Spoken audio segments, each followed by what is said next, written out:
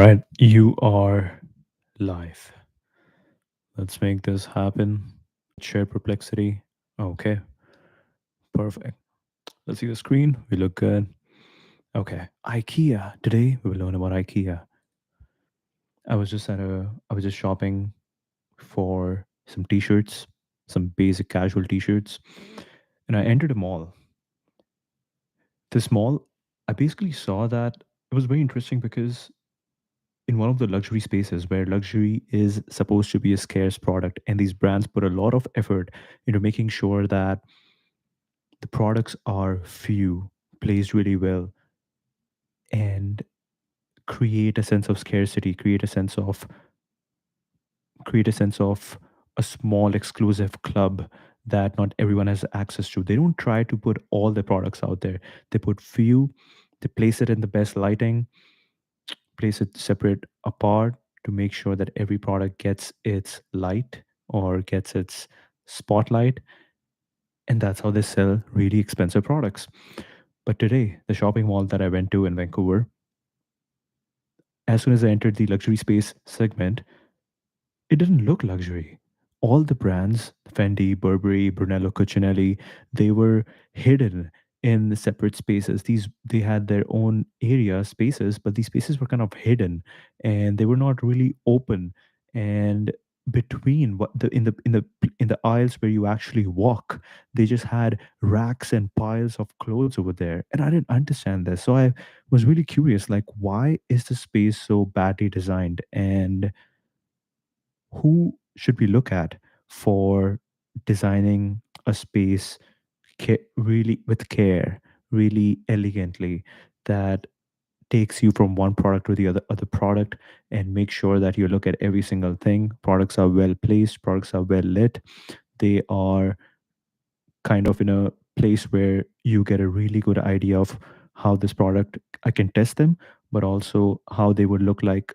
Let's say with IKEA, they sell bedroom essentials or home essentials. So how would they look like in your home? So for that reason, let's look at IKEA.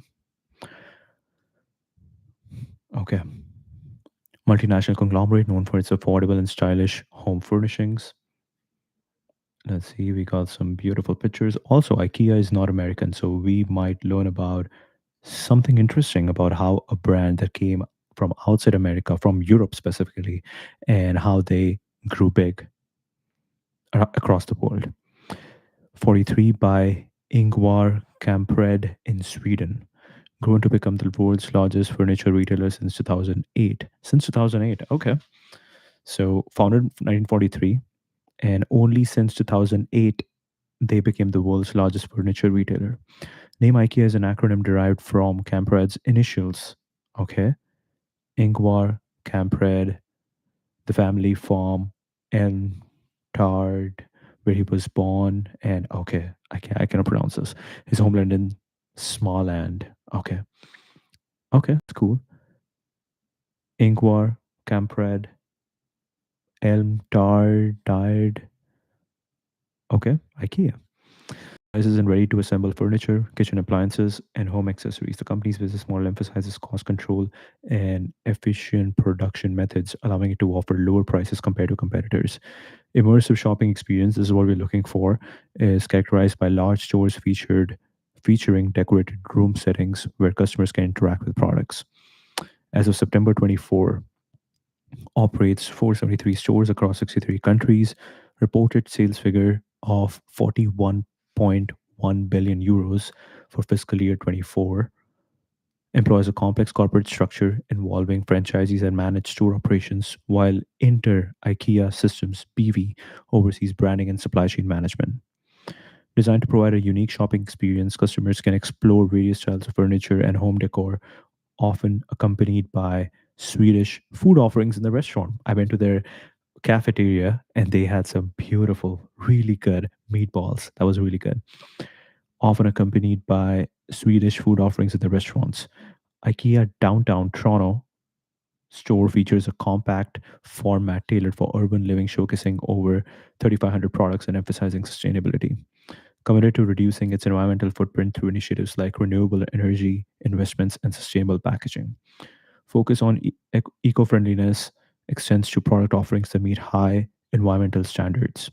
Blend of affordability, innovative design, and commitment to sustainability has made it a leader in the global furniture market. Okay. Origin and history of IKEA. Let's see. Let's talk about why and what happened in 43 that led to IKEA. Rich history dating back to 1943. Here's an overview. Founded by Ingvar, July 28th, 1943, when he was just 17 years old. This is crazy. We talk about how today, for the younger population, it has become easier and easier to build businesses. Even 20-year-old are building millionaires, but that's not new. Last time we read about Maserati, the founder built around 23, 24 age. Even before that, a couple of founders, they were really, really young. Tiffany, I believe Tiffany again was 24, 25. Okay, so this is the logo. Qualities, guarantee. Okay. Quali, qualitats guarantee. IKEA. First we had in black, then we had in red, and then finally we got the color. I think it is the Swedish flag color. So really showcasing that we are a Swedish brand. Mobile IKEA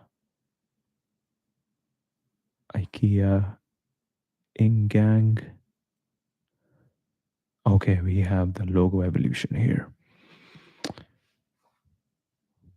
Hmm. Import export IKEA. Very old, old aesthetic font. Then we went to the less aesthetic, more like a retro font. Interesting. This is more like a calligraphy font. Then we go for like a bold, kind of modern font. Okay, then we stick to it.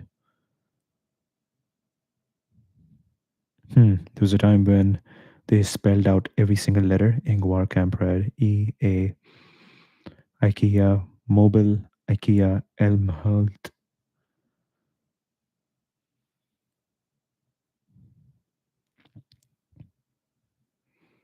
Very interesting. And in between, we had some issues with colors over here. Okay, very interesting. Founded by Ingvar, he was just 17 years old. Company's name is acronym derived from his name, family farm where he was born, and his hometown in Sweden. It was a mail order sales business selling household goods like pens, wallets, and picture frames. His entrepreneurial spirit was shaped by his upbringing in Småland, a region known for its rugged landscape and inhabitants. Resourceful inhabitants. Transition to furniture. 48. Okay, 5 years later. So at first he was just selling household goods, pens, wallets, and picture frames. 48. He transitioned to furniture. Quickly became the company's main focus. Open store in Almhult, Småland in 58 under the name Mobile IKEA. Mobile means furniture in Swedish. Okay. So furniture IKEA. Interesting. So 48, 5 years later, fully transitioned to furniture. Key innovations, IKEA catalog, launched in 51 to reach potential customers in bigger cities. Showroom concept, established in Elmhult to allow customers to see and try products before ordering. Flat pack furniture, introduced in 56 with the Loweth table, revolutionizing furniture distribution and assembly. International expansion. In 60s, okay, 63, first store outside Sweden, opens in Norway. 69, Denmark. 73, Switzerland, first store outside Scandinavia. Sweden and Norway. Okay, Sweden, Norway, Denmark. Okay, so first store outside Scandinavia. 74, Germany and Japan.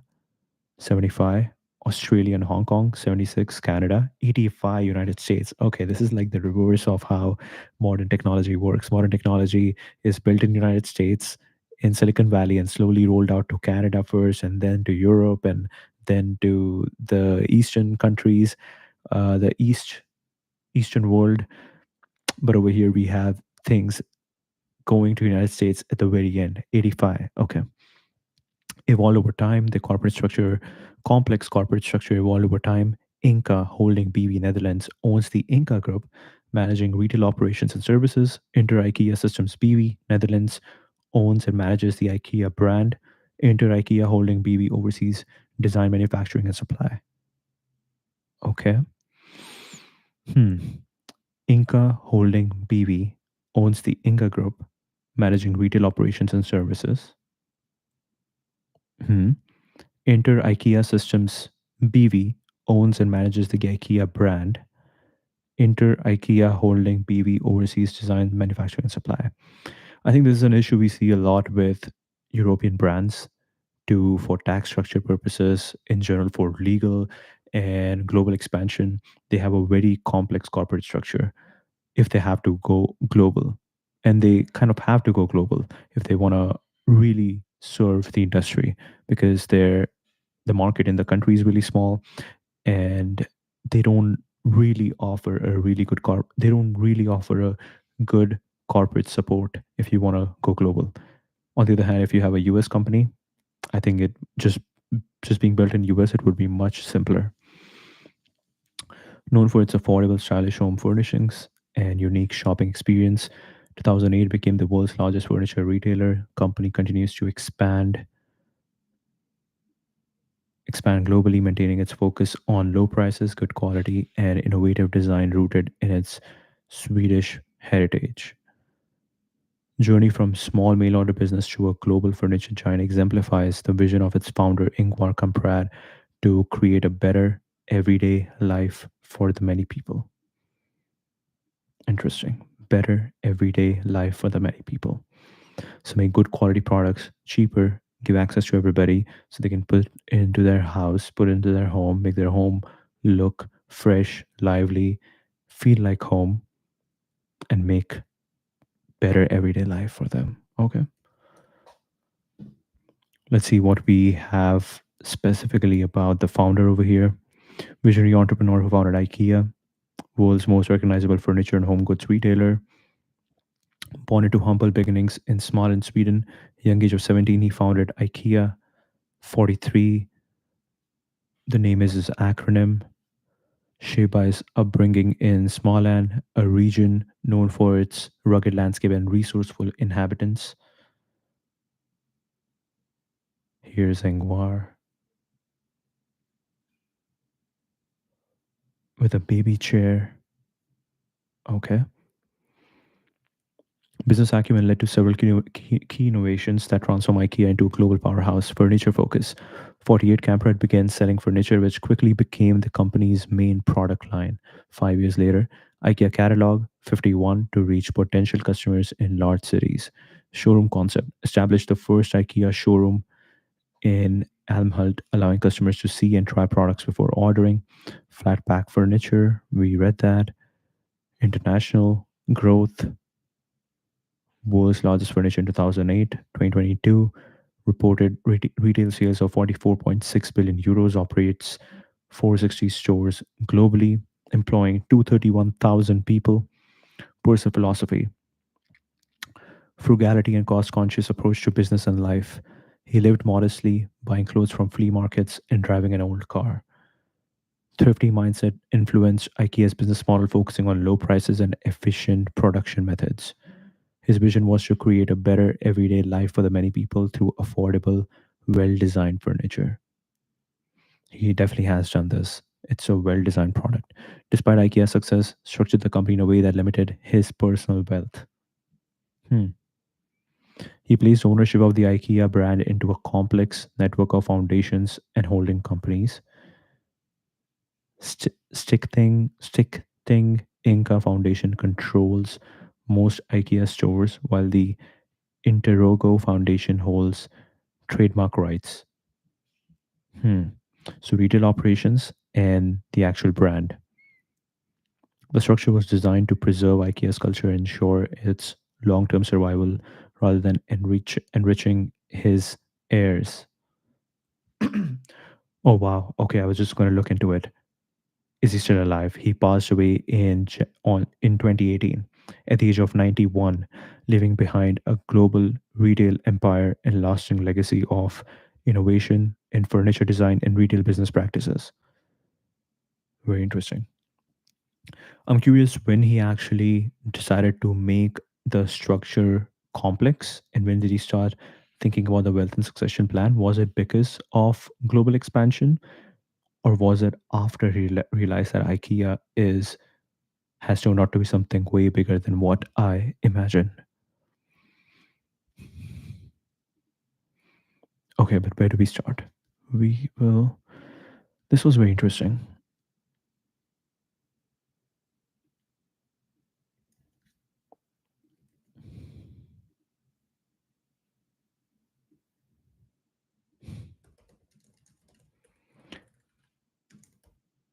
Tell me more. Smaland, a region known for its resourceful inhabitants. The Smaland spirit. Hmm. Beautiful Game of Thrones style map. Okay. So if this is Sweden, it's this area.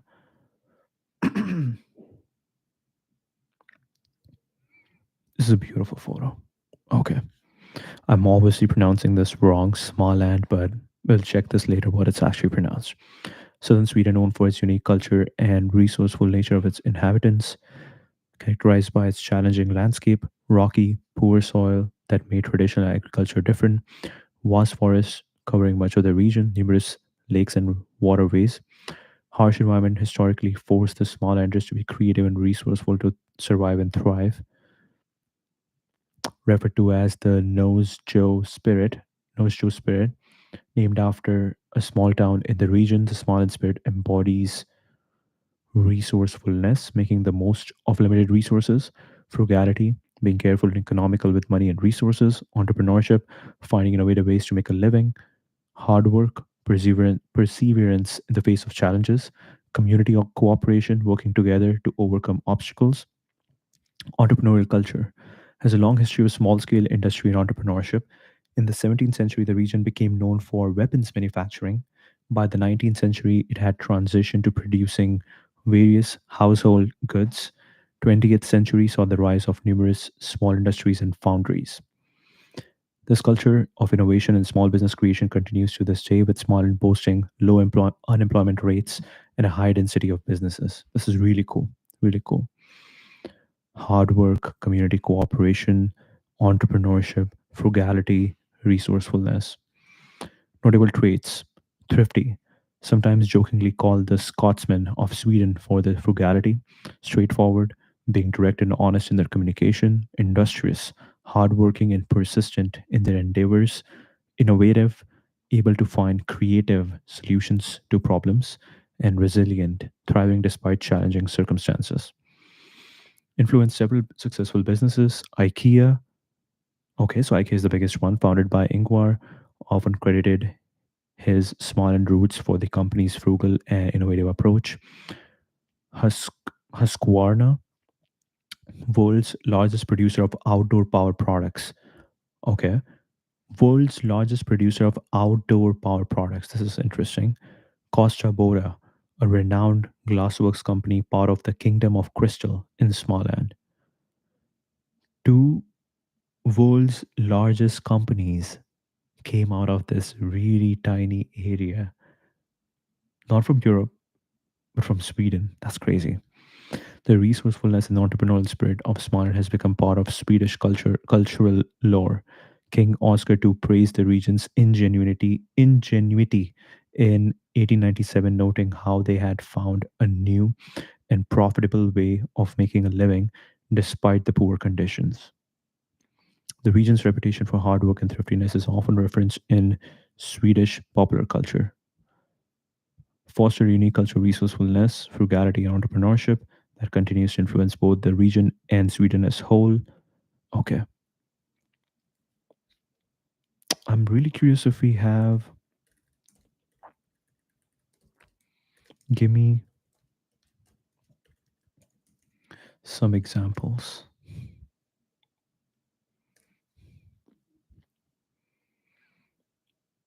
Okay, this is King Oscar, I believe. This is a good photo. This is a good photo. Wow. Admiration for the ingenuity of Smolensk inhabitants in 1897 highlights the region's remarkable ability to adapt and thrive despite challenging conditions. Small industries. Region saw the emergence of numerous small industries specializing in various products such as mouse traps, simple yet effective designs that became a staple, nails and buckles, essential items for everyday use produced locally, safety pins and whisk, household items that showcase local craftsmanship, collaboration networking, promoted cooperation among local businesses, handshake agreements, where trust and collaboration flourished, allowing businesses to thrive without formal contracts. Service exchange, local entrepreneurs supported each other by exchanging goods and services, creating a robust community economy. Adaptation to adverse conditions, harsh agricultural environment led to creative solutions, diversification of products. When crops failed, when crop failures occurred, residents shifted focus to industrial production, ensuring economic stability. Transition to modern industry. By early 1900s, Small transitioned smoothly into modern industries, adapting to changing economic landscape. This is really cool. Handshake agreement is the biggest one. They never used to have formal contracts. So within the local community where there's a lot of trust, you can move faster and you can communicate more directly if you have just handshake agreements. This social contract and this unsaid social contract definitely breaks the moment you move outside that core community. So preserving that is really important. Historical roots in craftsmanship, iron wire production. In the 1700s, factories emerged to produce iron wire for local weapon manufacturers, sparking innovation in various related products. Foundries. By the mid 20th century, hundreds of foundries operated in Småland, each contributing to a thriving industrial ecosystem. Developed a unique cultural identity based on their resourcefulness. Lista philosophy, local term meaning making do, reflecting the mindset of overcoming challenges with minimal resources. Community spirit, shared values of hard work and ingenuity fostered a strong sense of community among Smålanders. Continue to inspire entrepreneurship and innovation in Sweden today. Wow. Okay. So there is one country where entrepreneurship is actually big. Let's see what we have about Lista. This is a beautiful looking place. Lista is a Swedish term commonly used in Småland that means making do or doing what you have to do with an absolute minimum of resources. Lista, doing what you have to do with an absolute minimum of resources, embodies the resourcefulness and frugality characteristic. Finding creative solutions with limited means, maximizing output while minimizing input, maximizing output while minimizing input, efficiency, frugality, being economical with resources and money, practicality, focusing on functional, no frills solution, applications in IKEA. Incorporate the list of philosophy into the company's core values, product design, creating functional, affordable furniture that uses minimal resources, business operations, low cost and operational efficiency. So basically, it's resourcefulness, efficiency, frugality, practicality. And now we move to IKEA, and that totally relates over here, encouraging employees to find innovative solutions with limited means. Camprad's perspective. While we are concentrating on important areas, we must learn to do what people in Småland call lista. Lista is a common term in Småland. It means making do, doing what you have to do with an absolute minimum of resources. Has been crucial to IKEA's success, cost control, enabling IKEA to offer affordable products, innovation, driving creative solutions in design and operations, global appeal, resonating with cost conscious consumers worldwide. Lagom. Okay, but let's go back again. Crucial to IKEA's success, cost control, innovation, global appeal. cost control, affordable products, innovation, driving creative solutions in design and operations, global appeal, resonating with cost conscious consumers worldwide, global appeal. Swedish values, lagom, Swedish concept of just enough, aligning with the idea of not wasting resources. Sustainability, encouraging responsible use of resources, which has become increasingly important in modern times.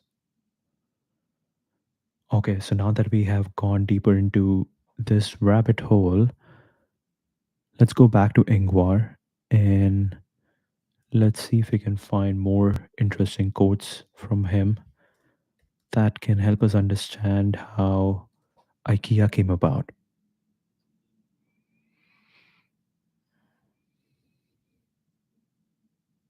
Happiness is not reaching your goal. Happiness is being on the way. Hmm.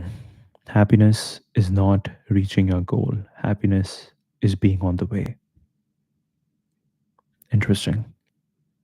Was known for his insightful and often frugal approach to business and life. Most things still remain to be done. A glorious future. Most things still remain to be done. A glorious future. This quote encapsulates Camprad's forward thinking mindset and his belief in continuous improvement and innovation. Only those who are asleep make no mistakes. Believed in the value of taking action and learning from mistakes rather than being paralyzed by the fear of failure. The most dangerous poison is the feeling of achievement. The antidote is to every evening think what can be done better tomorrow. The most dangerous poison is the feeling of achievement. The antidote is to every evening think what can be done better tomorrow. Emphasis on constant self improvement and avoiding complacency. Happiness is not reaching a goal, happiness is being on the way. Valued the journey and process of growth over the final destination. Simplicity and common sense should characterize planning and strategic direction. Simplicity and common sense, simplicity and common sense should characterize planning and strategic direction. Design and business operations focusing on practicality and efficiency. Time is your most important resource. You can do so much in 10 minutes. 10 minutes, once gone, is gone for good. Hmm. Time is your most important resource. You can do so much in 10 minutes. 10 minutes, once gone, is gone for good. Place great importance on time management is and making the most of every moment. To design a desk which may cost $1,000 is easy for a furniture designer, but to design a functional and good desk which shall cost only $50 can only be done by the very best. This quote exemplifies Camprad's commitment to affordable, functional design. How can I ask people who work for me to travel cheaply if I am traveling in luxury? Was known for his frugality and believed in leading by example. Business philosophy, emphasizing simplicity, efficiency, continuous improvement, and leading by example. They provide insight into the mindset that helped build IKEA into a global furniture retail giant. These are some really good quotes. Most things still remain to be done. Only those who are asleep make no mistakes. Dangerous poison is the feeling of achievement. The antidote is to every evening think, what can be done better? Happiness is not reaching your goal, happiness is being on the way. Simplicity and common sense should characterize planning and strategic direction. Time is your most important resource. You can do so much in 10 minutes. 10 minutes, once gone, is gone for good. Hmm. To design a desk which may cost $1,000 is easy for a furniture designer, but to design a functional and good desk which shall cost only $50 can only be done by the very best. How can I ask people who work for me to travel cheaply if I am traveling in luxury? This is really good. Okay.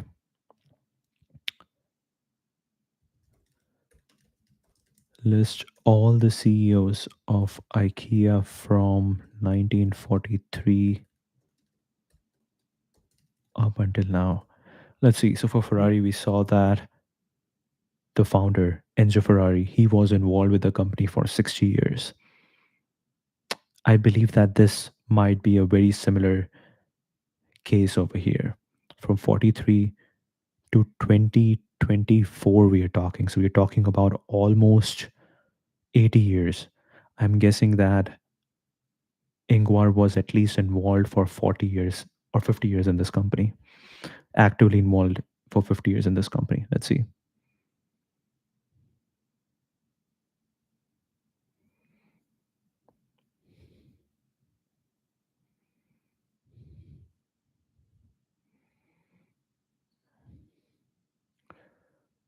But I guess we might be wrong. Let's see.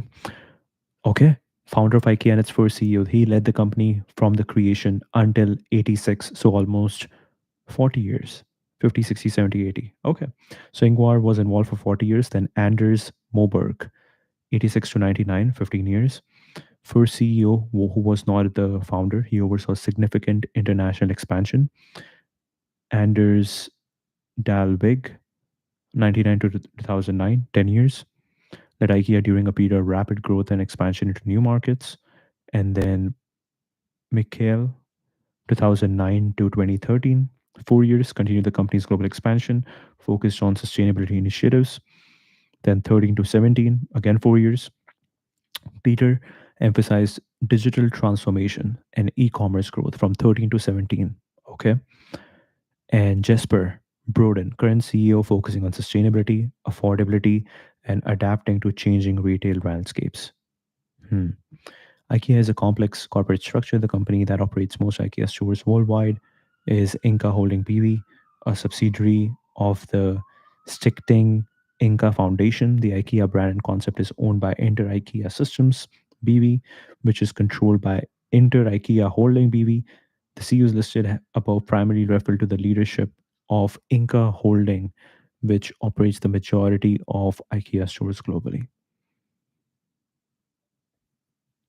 Hmm.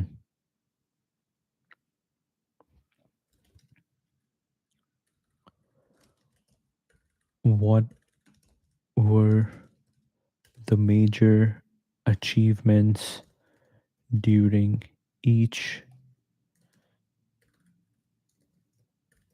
IKEA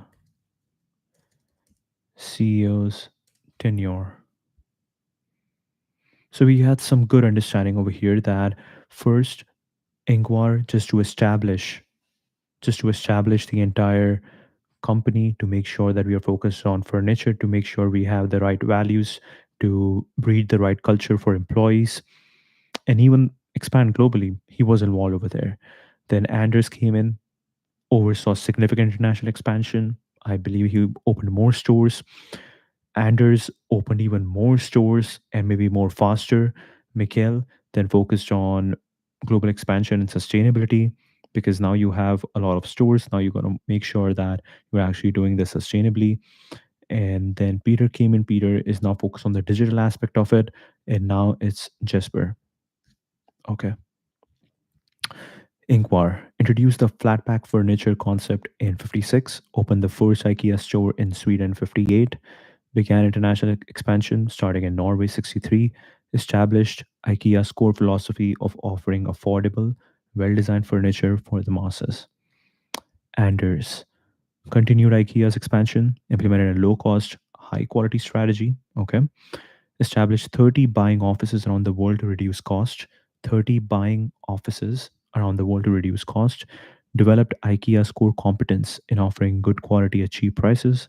Attracted cost sensitive customers and gained significant market share.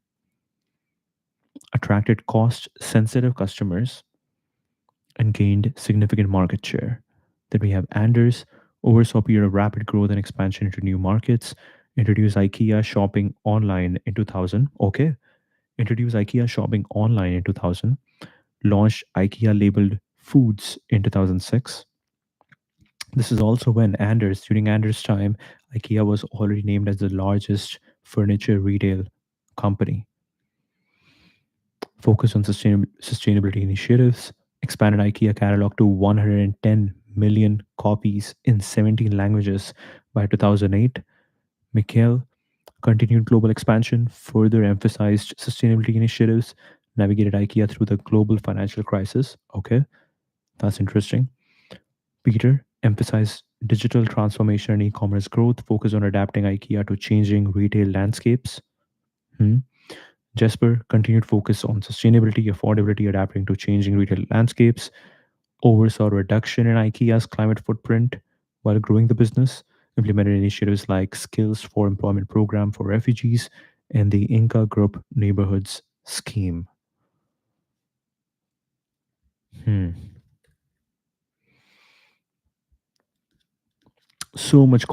So much content to go deeper into.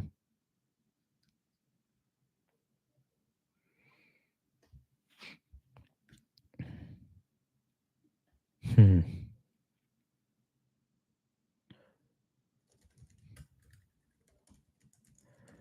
Tell me more about the IKEA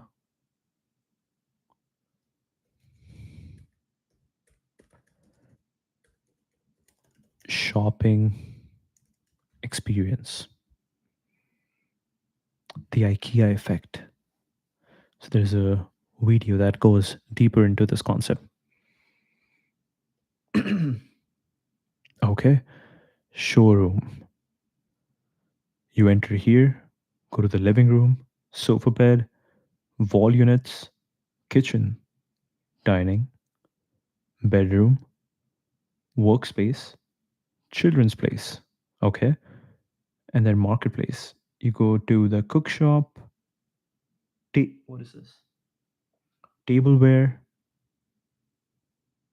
bed textiles, bedrooms, textiles, rugs, home organization, lighting, wall decoration, and you're out. Interesting. So you go from living room, workspace, kitchen, dining, bedroom, children's to IKEA restaurant. So you shop around, then you come back and you are at the restaurant. Interesting. Because you're exhausted and you want some beautiful meatballs. Fixed path designs.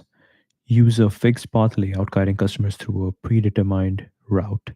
This design encourages shoppers to explore various sections and products, often leading to impulse purchases. Hmm. Maze like structure resembles a maze intended to mimic a walkthrough catalog. Structure which keeps customers engaged and allows them to visualize products in different settings. Showroom area showcases furniture and style room displays, allowing customers to see how items can fit into their own homes. It is strategically designed to inspire and generate ideas for home decor. Hmm. Market hall and self serve areas. Customers move to market hall for smaller items and then to the self serve area for flat pack furniture. This flow ensures that shoppers encounter various products along the way. Sensory engagement, emotional arousal, designed to stimulate senses through color, light, and even smell, creating an emotional connection that can lead to increased spending, a phenomenon known as the Gruen effect. Hmm. Food amenities includes restaurants, cafes, bistros within the stores. Shows that about 30% of visitors come primarily for the food, which enhances their overall shopping experience and more potentially increasing spending on furniture. Children's play area, supervised play area where children can stay for up to 1 hour while parents shop, allows parents to shop more comfortably without distraction. Provides recycling services for cardboard and batteries, as well as dedicated counters for returns and exchanges, enhancing customer convenience. Psychological techniques. The art of assembling flat pack furniture creates a sense of ownership and accomplishment, making customers value their purchases more highly than pre assembled items. Hmm, interesting. So, that is called the IKEA effect. Not the maze structure, but the fact that when you buy something. And just like how you would assemble a Lego piece, when you assemble your own furniture, you feel a sense of ownership. Impulse buying strategies. Stores design encourages shoppers to pick up items they see along the way, driven by fear of missing out on products if they don't act immediately. I'm really happy that when I went to IKEA, I didn't make a lot of impulse purchases. I shouldn't make any impulse purchase. Bula Bula merchandising. This technique involves displaying items in large bins or piles to create an impression of abundance and encourage impulse buys. Never heard of this before. Bula Bula. Bula Bula. Tell me more.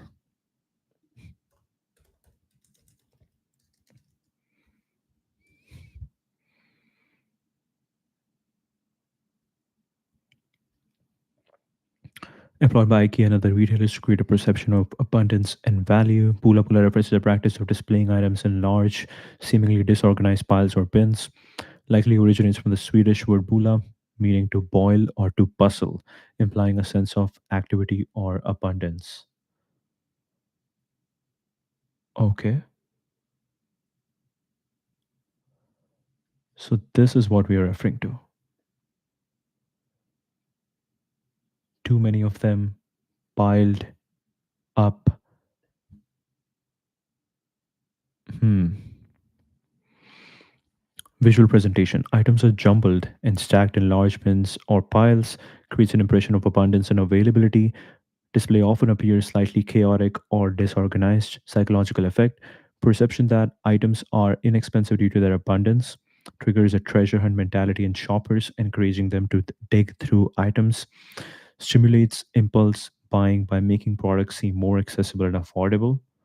Hmm.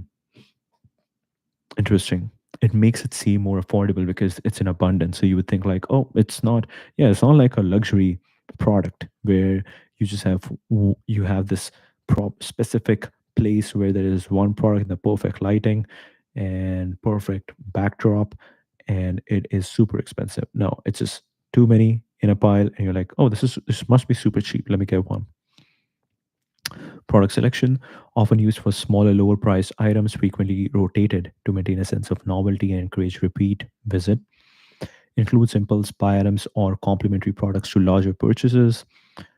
Displays are often priced lower than surrounding products. Perceived value is enhanced by the contrast with higher priced items nearby. Store placement. Strategically placed throughout the store, often at intervals of about every 100 meters. Okay. Used to break up sections and maintain customer interest. Dopamine, yes. New or unexpected items in these displays can trigger dopamine release in shoppers' brains. Chemical reaction is associated with pleasure and can encourage further shopping. Scarcity marketing creates value through perceived rarity. Bula Bula does the opposite. Hmm.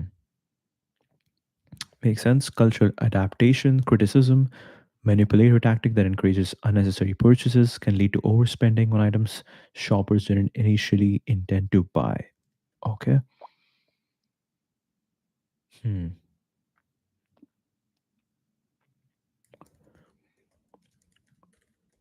More quotes from Ingvar Compred. Compred.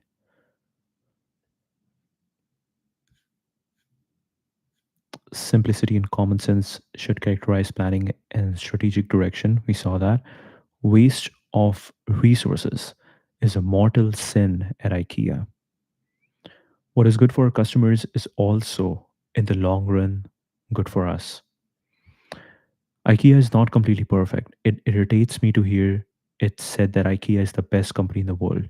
We are going the right way to becoming it, but we are not there yet. Better everyday life means getting away from status and conventions, being freer and more at ease at human beings. A better everyday life means getting away from status and conventions, being freer and more at ease as human beings. The IKEA spirit is strong and living reality. Simplicity in our behavior gives us strength.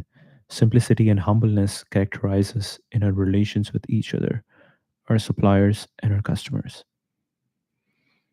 If there is such a thing as good leadership, it is to give a good example. I have to do so for all the IKEA employees. We have to still develop the IKEA group. We need many billions of Swiss francs to take on China or Russia. It is our duty to expand. Those who cannot or will not join us are to be pitied. It is our duty to expand. Those who cannot or will not join us are to be pitied. Happiness is not reaching a goal, happiness is being on the way. Hmm.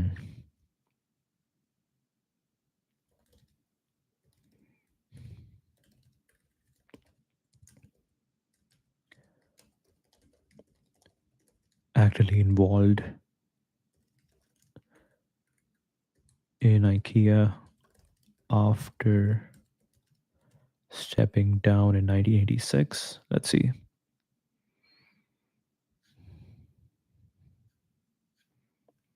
Retained a leadership role at IKEA since founding the company in 43.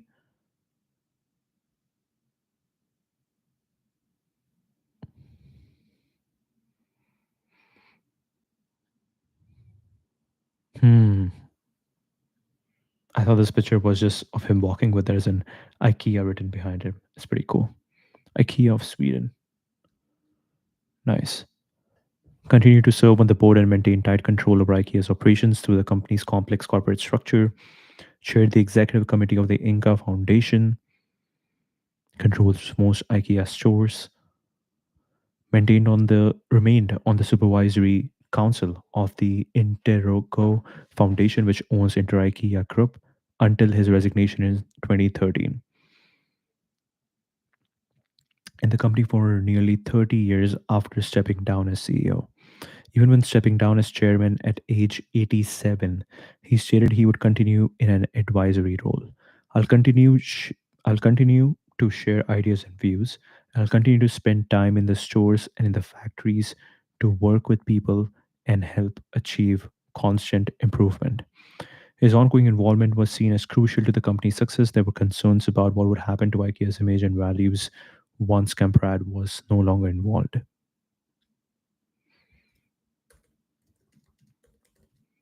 Why did Ingvar resign in 2013?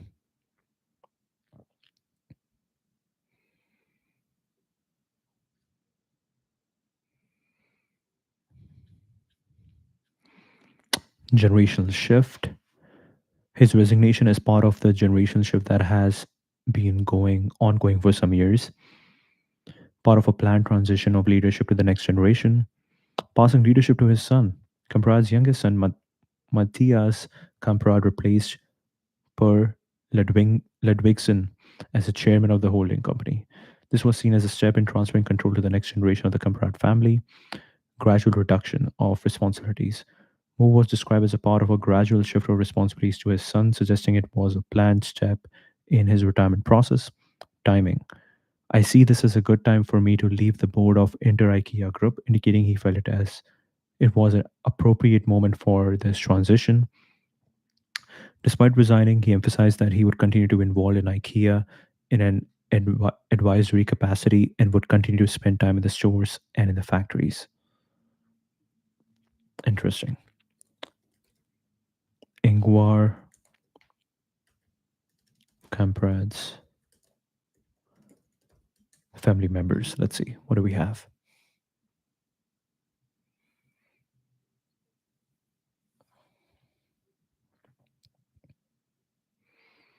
So his son wasn't didn't become the CEO, but he became the CEO of the holding company. Parents: Fyodor, Berta, siblings, young sister, wives. First wife Kirsten, married 50, divorced, married 1950, divorced 1960. Second wife Margaretha, married 63, died 2011. Children: adopted daughter with Kirsten, Anika, three sons with Margaretha, Peter, Jonas, and Matthias. Grandparents. We also have grandparents. maternal, Carl, paternal, Akim, and Francisca. The three sons, Peter, Jonas, and Matthias, all have roles within the IKEA corporate structure and related companies. Matthias replaced Ingvar as chairman of Inter IKEA Holding when Ingvar stepped down in 2013.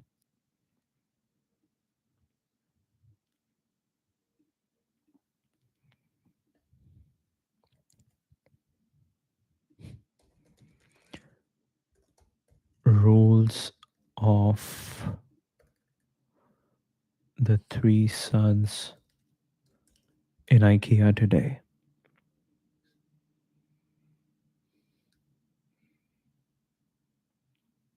So these are the three sons. I believe Matthias is this. And let's see what we have. Matthias replaced as chairman of the board of Inter IKEA Holding in 2013 when Ingvar stepped down. Inter IKEA Group controls the IKEA brand intellectual property, chairs Icano, the company that manages the family fortune and runs several IKEA stores. Jonas serves on the board of Inca, the parent company of IKEA Group,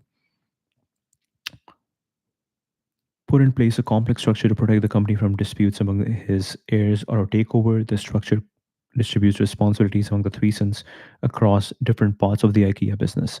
Inter IKEA Group, controlled by Matthias, owns the brands and receive royalties from all IKEA stores. Ecano, chaired by Peter, manages family wealth and some store operations. Okay. Inter IKEA Group owns the brand, receives royalties from all IKEA stores. Okay. Icano manages family wealth and some store operations. Inca, where Jonas serves on the board, is the parent company of IKEA Group, which owns majority of IKEA stores. Arrangement appears to be part of a generational shift that Ingvar Kamprad had been planning for years before his retirement. Complex structure seems designed to maintain family control over different aspects of the IKEA empire while distributing responsibilities among the next generation. This is a good question. How does this structure protect IKEA from disputes? He predicted that disputes will happen. He would have seen around that, hey, it's not that I have raised the perfect kids. These kids will undergo dispute. So, how do I still make sure that this company works even after I'm no longer in control? Separation of ownership and control. Let's see some images over here. It is a complex structure. People say I'm cheap, and I don't mind if they do. Hmm.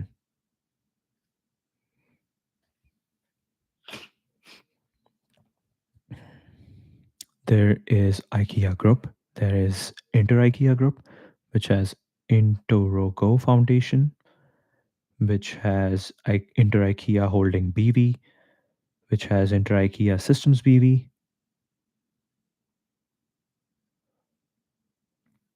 There's an investment business,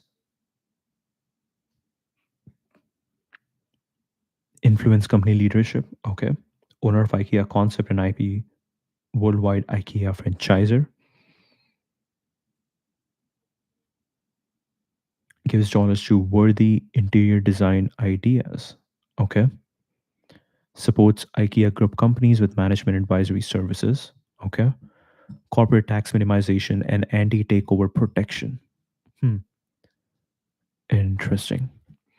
So he was smart enough to realize that, or to make sure that, or prepare for a takeover. Most stores are owned by Stichting Inca Foundation, a Dutch entity that owns itself. So no Camprad family members hold shares directly.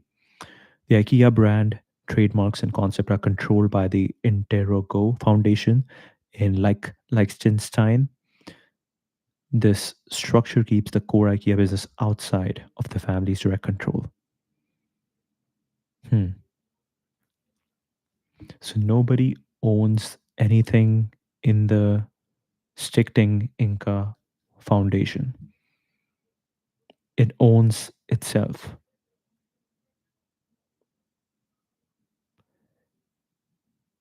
The IKEA brand, trademarks, and concepts are controlled by the Interrogo Foundation.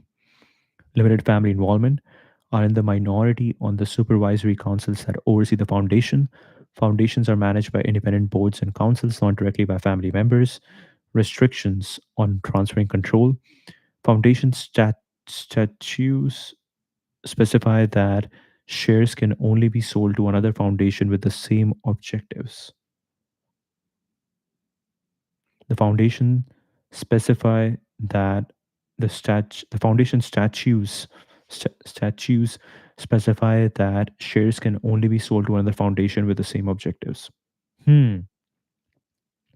So that is anti-takeover.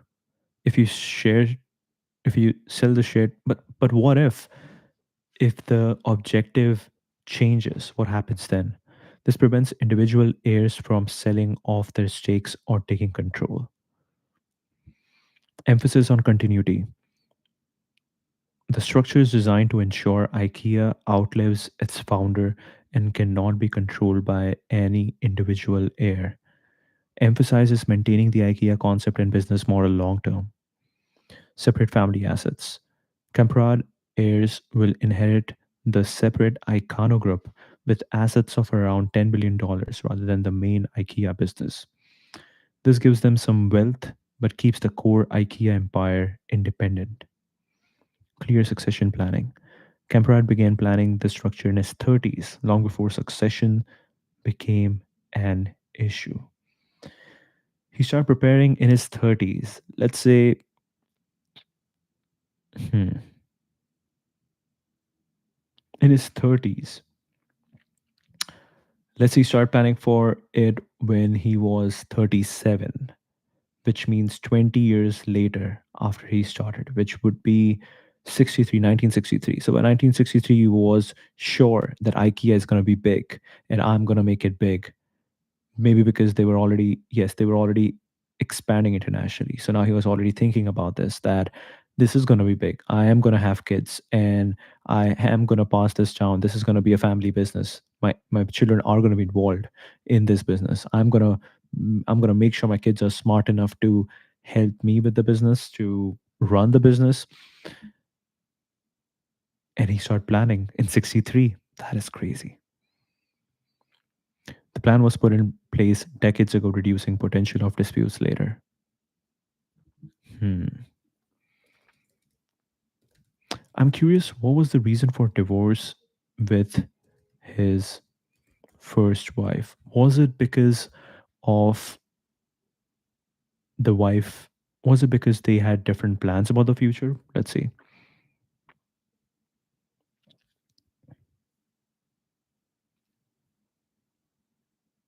No plans. Okay.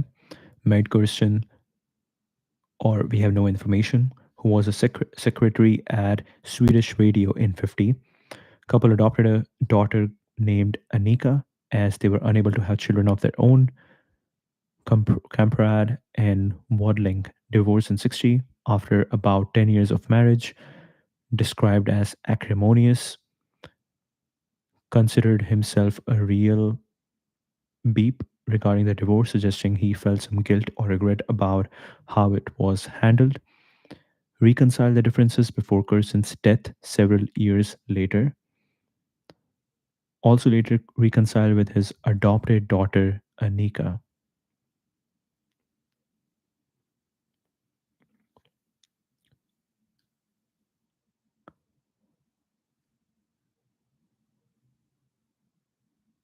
Very interesting.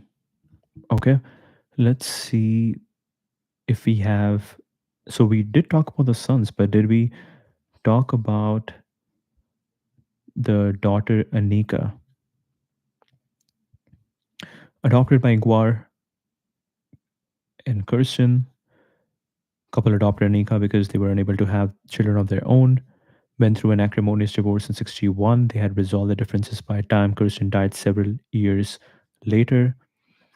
There was a strained relationship between them following the divorce. Over time, reconciled. He left the bulk of his fortune to his three biological sons from his second marriage.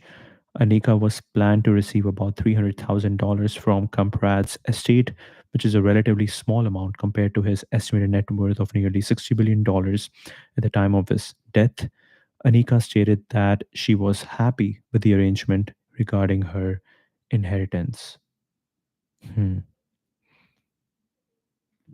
It is difficult to draw definitive conclusions about the reasons behind the inheritance.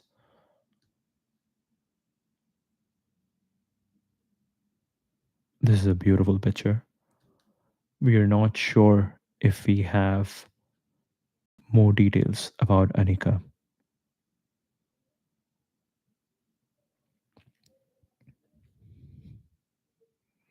There's limited information, inheritance disparity, named his three biological sons as the sole heirs of Icano Group, with valued at $1.5 billion. In contrast, Anika would receive 300K. She was happy, is not extensively corroborated in the provided search results. We don't have detailed information beyond the inheritance issue. Okay, we have no other information. Hmm.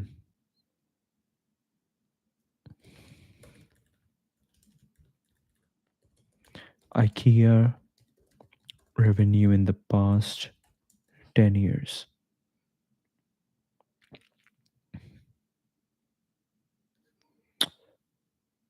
IKEA's revenue hit as it spent $2 billion slashing prices. Okay, so 2019, 38.8 billion, 2020, 39.6, 21, 41.9, 22, 44.6, 23, 47.6.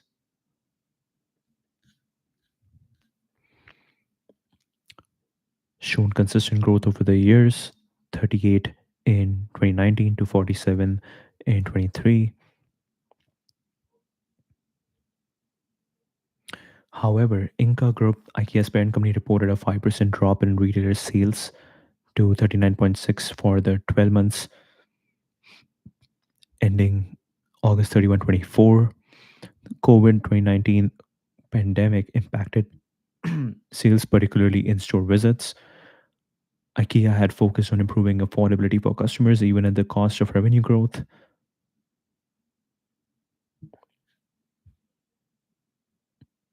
Hmm. Let's look into IKEA's sustainability initiatives. Because this is big. If they're a furniture company, they're mainly dealing with wood, and wood isn't, you have to really think about sustainability over there. Climate positive coal aims to become climate positive by 2030. They're committed to halving emissions from the IKEA value chain by 2030 and reaching net zero by 2050.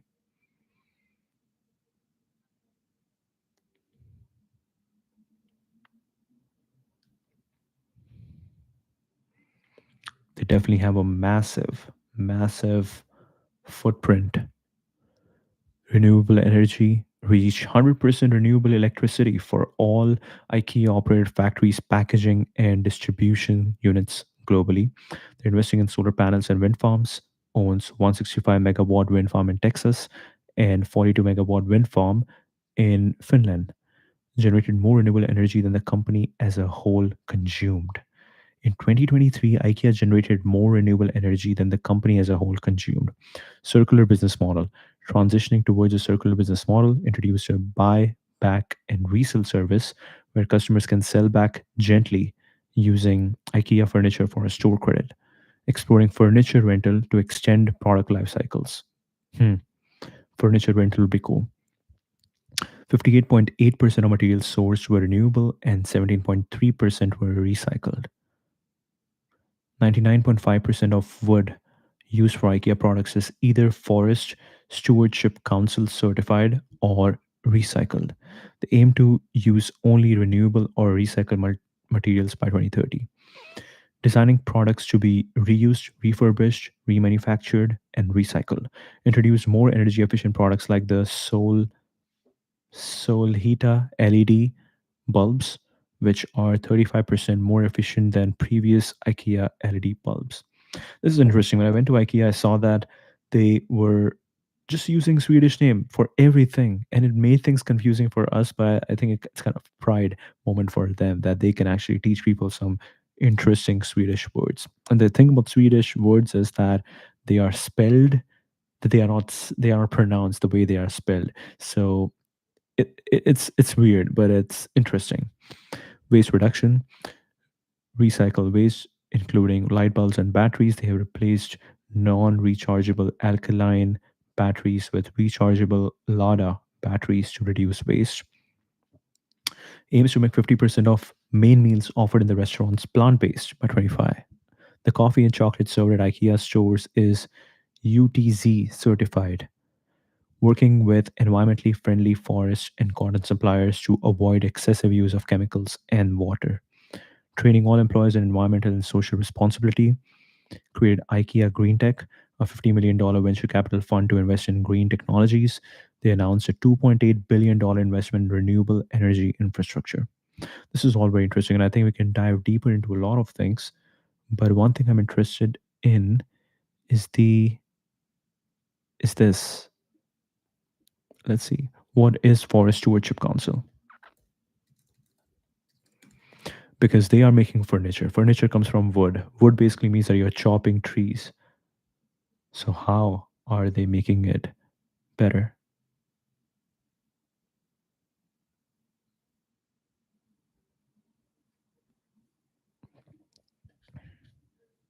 Current status: 97.8% of the total wood used by IKEA was FSC certified.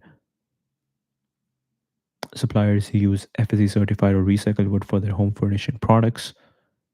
Process approximately 13.8 million M3, I think that's meter cube, of round wood equivalent for the products. 17% of total wood used in 23 was recycled wood. 61% of wood based products use composite material, 39% use solid wood. Sourcing locations: 50 different countries, with the top suppliers being Poland, Lithuania, Sweden, and China. China is only 9%. That is interesting. And Poland is 32%. Has a comprehensive wood control system to ensure all wood use is responsibly sourced. They have a team of over 40 wood supply and forestry specialists working worldwide to follow up on their wood supply chain operations, working towards becoming a circular business, which includes increasing use of recycled wood and designing products to be reused, refurbished, remanufactured, and recycled. One of the leading wood users in retail sector, IKEA aims to use its size and global reach to positively influence or transform the forestry industry beyond its own supply chain.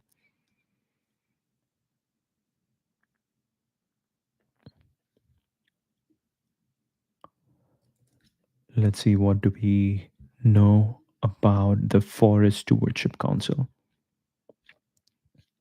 Types of certification: forest management certification for forest managers and owners, chain of custody certification for companies manufacturing or trading FSC certified products, independent FSC accredited certification bodies verify that forests and companies conform to FSC standards. Third party verification is crucial to the integrity of the FSC system.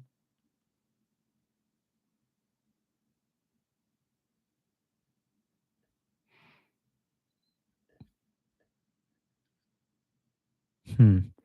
Certified sawmill, certified broker, furniture industry, certified wood and construction, certified books, magazines, and catalogs, hygiene paper, wholesaler, okay, paper mill, voluntary for forestry companies wanting to demonstrate responsible forest management, focus on principles like compliance with laws, workers' rights, indigenous peoples' rights, environmental values, and sustainable management practices. Required for companies taking ownership of FSC certified products to pass along the FSC claim. ensures traceability of the material throughout the supply chain. Contact an FSC accredited certification body. Joining a group certificate in an option for both forest management and chain of custody. Demonstrate commitment to responsible forest management. Allows use of FSC labels on products. Provides market access and potential competitive advantage. These cover environmental, social, and economic aspects of forest management product handling. Okay, very interesting. I'm also curious about IKEA Green Tech. Let's see.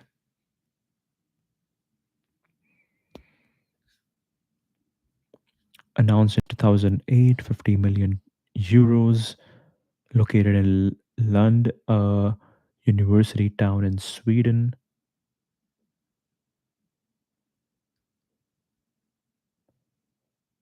Hmm.